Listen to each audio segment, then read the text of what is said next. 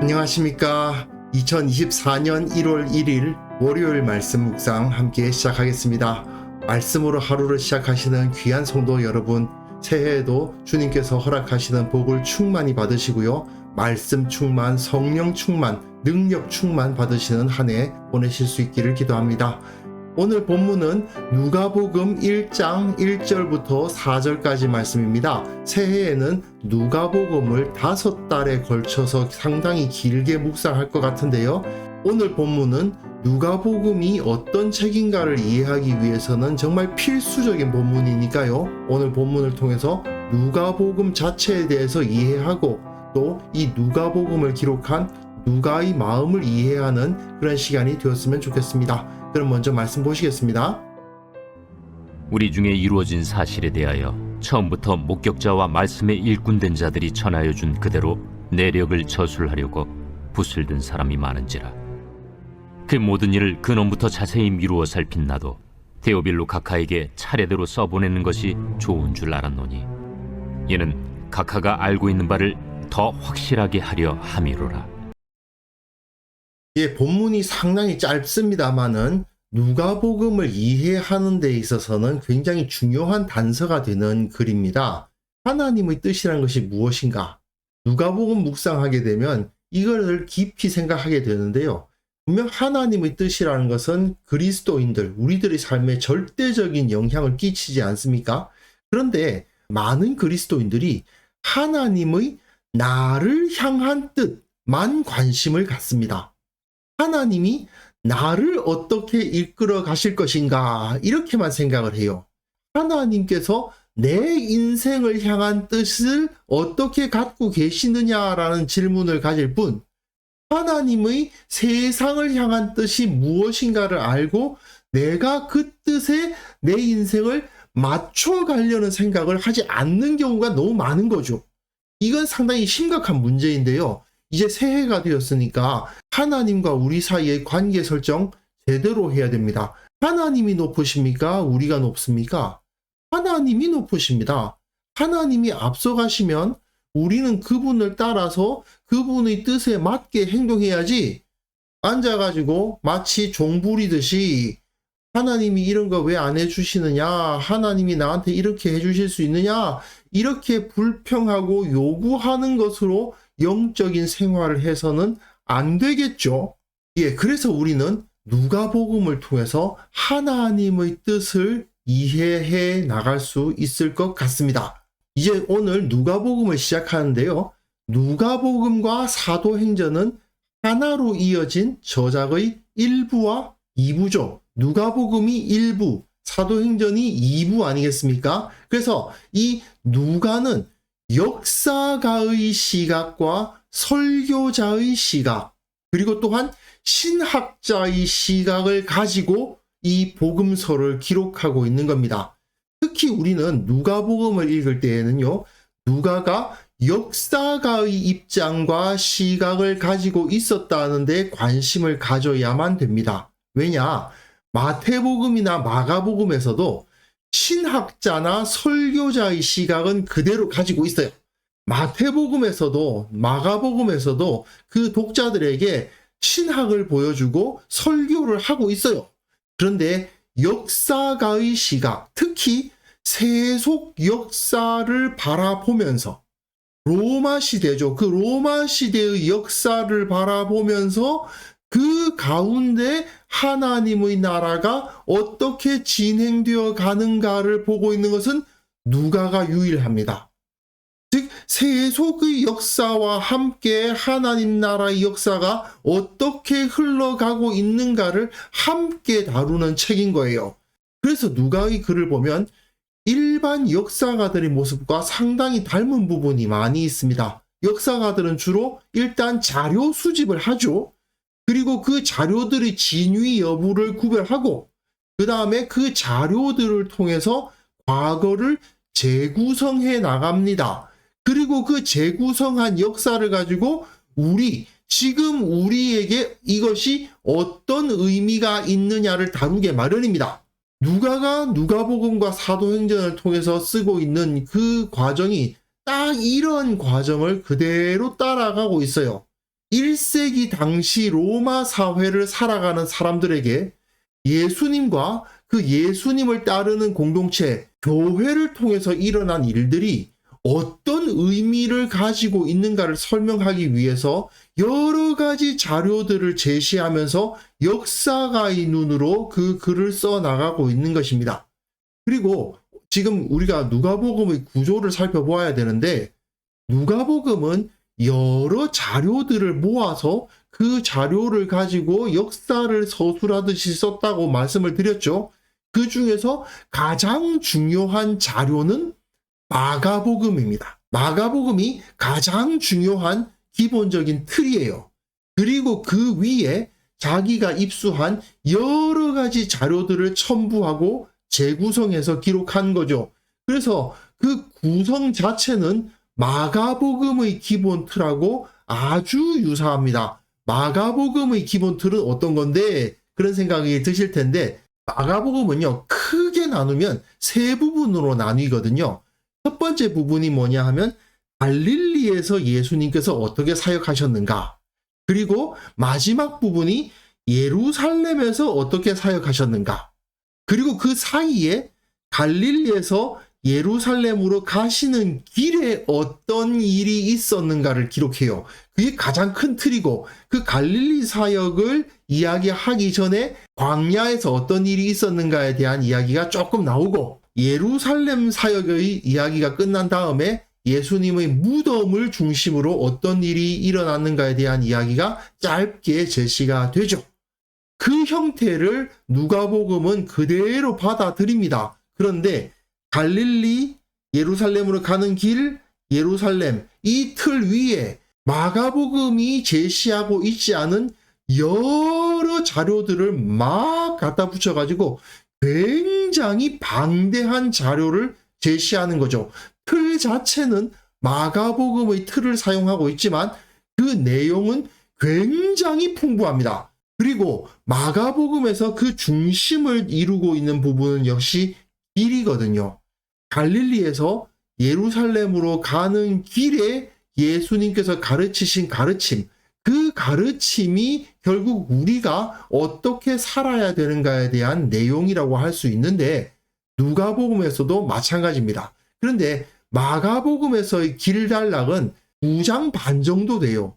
그런데 누가복음에서 길단락은 9장 끝부분부터 19장 28절까지 굉장히 길죠. 그 길 이야기를 길게 하면서 그 가운데 있었던 여러 가지 일들을 제시하며 우리가 예수님의 제자로서 어떻게 살아가야 되는가에 대해서 설명을 하는 겁니다. 그리고 이렇게 크게 이 길단락을 중심으로 처음과 끝이 상응하여서 태어나심과 다시 살아나심, 그리고 그리스도로 선포되시는 모습과 예루살렘에서 유대인의 왕으로 선포되시는 모습이 서로 대응이 되고, 그리고 중앙에는 마가복음이 제시하고 있듯이 갈릴리에서의 예수님의 모습과 예루살렘에서의 예수님의 모습을 이렇게 대응시키는 구조로 기록이 되어 있습니다. 그런데 이 구조가 하나의 단락이 굉장히 길기 때문에 이 구조 자체는 크게 막 와닿거나 그러진 않을 거예요. 아무래도 이렇게 긴 본문을 읽어갈 때에는 구조는 눈에 잘 들어오지 않죠. 그래서 저도 구조에 대해서 그렇게 많은 에너지를 드릴 필요까지는 없겠다. 그러나 누가가 가지고 있는 신학, 그 정신에 대해서는 꼭 알아야 된다라는 생각이 듭니다. 오늘 본문 보시면요. 오늘 본문은 굉장히 짧지만요. 우리 중에 이루어진 사실, 이게 뭐겠습니까? 복음이 전파되고 교회가 늘어나는 그러한 역사죠. 교회의 역사입니다. 즉 복음의 시작과 지금까지 진행되어 온 상황에 대해서 쓰겠다라는 이야기입니다. 교회가 어떠한 현실을 경험했는가를 쓰는 거죠. 처음부터 목격자와 말씀의 일꾼된 자들, 목격자, 사도들을 포함한 여러 증인들이 있을 것이고, 말씀의 일꾼된 자들, 역시 사도들을 포함한 여러 복음 전도자들이 있었겠죠. 그들이 전하여준 그대로 내력을 저술하려고 붓을 든 사람이 많은지라 많은 사람들이 복음에 대해서 글을 썼다 그 말입니다. 그래서 자료들이 상당히 많이 있더라 하는 이야기예요. 지금 우리들에게는 그 당시 1세기 당시의 자료가 그다지 남아있지 않습니다만은 누가가 살고 있던 1세기 후반에만 해도 예수님께서 어떤 말씀을 하셨고 예수님께서 어떤 사역을 하셨고 또 교회에 어떤 일이 있었는가 같은 것에 대한 여러 가지 정보들이 있었겠죠. 누가는 그 모든 일을 근원부터 자세히 미루어 살핀 겁니다. 이게 바로 역사가의 입장이죠. 많은 사람들이 저술을 써서 기록으로 남겨져 있고 또 들려오는 이야기들도 있고 구전으로 전해오는 이야기도 있고 여러 가지 있었을 텐데 누가는 그것을 하나하나 살폈다라고 말하는 겁니다. 이게 바로 누가복음의 가장 큰 특징이에요. 마가복음이나 마태복음을 살펴보면 이들은 기존에 예수님에 대한 신앙을 가지고 있었던 교회 또는 마태복음의 경우는 유대인들을 대상으로 쓰다 보니까 이 역사적인 관점에 대해서는 그다지 관심이 없어요. 오히려 그 교회가 예수님에 대한 신앙을 불붙듯이 하고 그 신앙을 바로 세우고 더 헌신하는 마음을 갖게 하는 것, 그것에 모든 관심이 쏠려 있다고 볼 수 있는데 누가복음의 경우는 이 온 세상 유대인들과 기독교인들 뿐만 아니라 이방인들과 세속 나라들을 통해서 하나님께서 어떻게 다스리고 계신가에 대해서 관심을 가지고 그리고 교회가 그 가운데에서 어떤 역할을 하고 있는가까지 설명을 하려고 하는 거예요. 그러다 보니까 누가는 굉장히 관심의 폭이 넓고 그리고 그 주위의 모든 일을 근원부터 자세히 미루어 공부를 했다라고 말하고 있습니다. 그래서 그 당시 로마 제국이라는 사회적 환경 내에서 교회가 어떤 역사를 가지고 어떤 역할을 감당했는가에 대한 이야기를 사도행전까지 보시면 쭉 쓰고 있죠. 그 다음에 이제 데오빌로 각하라는 사람에게 이것을 헌정하고 있는데요. 물론 데오빌로라는 이 한 사람을 위해서 쓴 저작이라고 생각할 수는 없습니다. 그래서 많은 분들이 이 데오빌로 각하라는 것이 한 사람이 아닐 것이다 라고 짐작하시는 분들도 있어요. 왜냐하면 데오빌로라는 이름 자체가 데오필로스, 하나님을 사랑하는 사람 뭐 이런 뜻이 되잖아요. 그러다 보니까 이것은 성도들을 향한 글이 아니었겠느냐 이렇게 보시는 분들도 있는데 뭐 정확하진 않습니다. 정말 이름이 데오빌로라는 사람이 있었을 수도 있고요. 어쨌든 각하라는 이름은 굉장히 높은 고위 공직자들에게 붙이는 경칭이기 때문에 실존 인물이 아닌 상징적 인물일 수도 있고 아니면 높은 지위에 있는 어떤 한 사람이었을 수도 있지만 분명하지 않지만 어쨌든 이 데오빌로라는 사람을 향해서 알고 있는 바를 더 확실하게 하려고 이 누가복음과 사도행전을 쓰고 있다라고 말하고 있는 거죠. 그러니까 데오빌로라는 이 사람 또는 데오빌로라고 불리는 어떤 사람들이 복음에 대해서 어느 정도는 알고 있었구나 하는 것을 짐작할 수 있습니다. 그러나 많은 사람들이 여러 정보들을 가지고 있기는 하지만 그 정보가 정확하지 않기도 하고 또 이 소문 저 소문이 들리면서 서로 충돌하는 부분도 있고 하다 보니까 누가는 예수님의 행적과 그 예수님을 따르는 자들 교회에 대해서 제대로 설명을 하려고 이제 모든 것을 모아서 정리해야 되겠다. 그래서 확실하게 복음이란 이런 것이다 라고 설명을 하려고 하는 겁니다.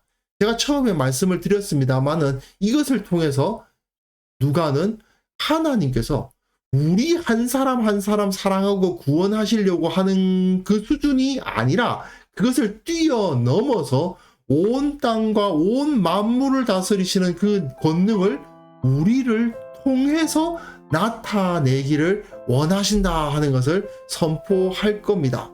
사실 신약 성경에서 누가가 쓴 것은 누가복음과 사도행전 두 권이죠. 하지만 분량으로 따지면요. 바울이 13편의 서신을 썼다고 하지만 분량만으로 따지면 그 13편의 서신을 다 합쳐도 누가복음과 사도행전의 분량에 미칠 수가 없습니다. 누가복음 사도행전은 신약 책들 중에서 가장 두꺼운 책이에요. 그러니 누가가 얼마나 많은 에너지를 들여서 이 책을 썼겠는가 하는 것은 충분히 짐작이 가능합니다. 누가는 사실 꼭 이런 작업을 해야만 되었던 것은 아니에요. 이미 예수님의 사역에 대한 저술들은 많이 있었고 마가복음도 있었습니다. 하지만 누가는 복음을 안다고 하면서도 정확하게 알지 못하는 사람들, 복음을 안다고 하지만 그것의 의미를 제대로 깨닫지 못하는 사람들을 위해서 그들을 가르쳐야 한다는 사명 때문에 이 거대한 작업을 감당하고 있는 것이죠. 그래서 오늘부터 우리가 누가복음을 묵상해 나가겠습니다만은 우리도 이 누가의 가르침을 통해서 우리가 알고 있는 바를 더욱 확실하게 할 수 있었으면 좋겠습니다. 복음은 절대로 예수님 믿으면 죽어서 천국 간다, 그 정도가 아니거든요. 인류 역사를 뒤바꾼 대사건이고 인간에게 주어진 유일한 소망이거든요. 그런데 그 사실을 우리가 진정 온전히 느끼고 있는지 돌아보면서 우리가 이 복음을 통해서 정말 주님의 뜻에 더 가까이 나아갈 수 있었으면 좋겠습니다. 그래서 이 시간 함께 기도하실 때에는요, 우리가 새해에는 복음의 참된 의미를 깨닫게 하시고 복음을 더 깊이 정확하게 이해하게 하옵소서. 함께 기도하는 시간 가졌으면 합니다.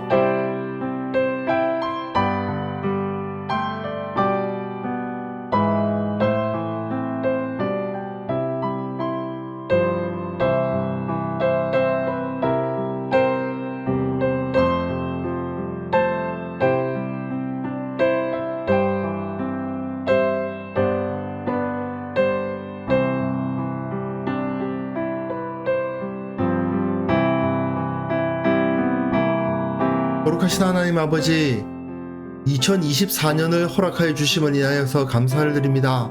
주님, 새해에는 우리가 예수 그리스도의 복음의 참된 의미를 더욱더 깊이 깨달을 수 있도록 도와주시고 이 세상을 다스리시는 주님의 통치권과 주님의 마음을 온전히 이해할 수 있도록 도와주옵소서. 우리 모두가 그 복음을 더 깊이 정확하게 이해하게 하시고 주님의 뜻을 따라서 살아가기를 결단하는 자들이 되게 하여 주옵소서. 주님께 요구하고 주님께 달라 하는 자들이 아니라 주께서 원하시는 바가 무엇인지를 이해하고 주께서 걸어가셨던 그 길을 담대히 걸어가는 그러한 참 신앙인들의 공동체가 세워질 수 있도록 도와주옵소서.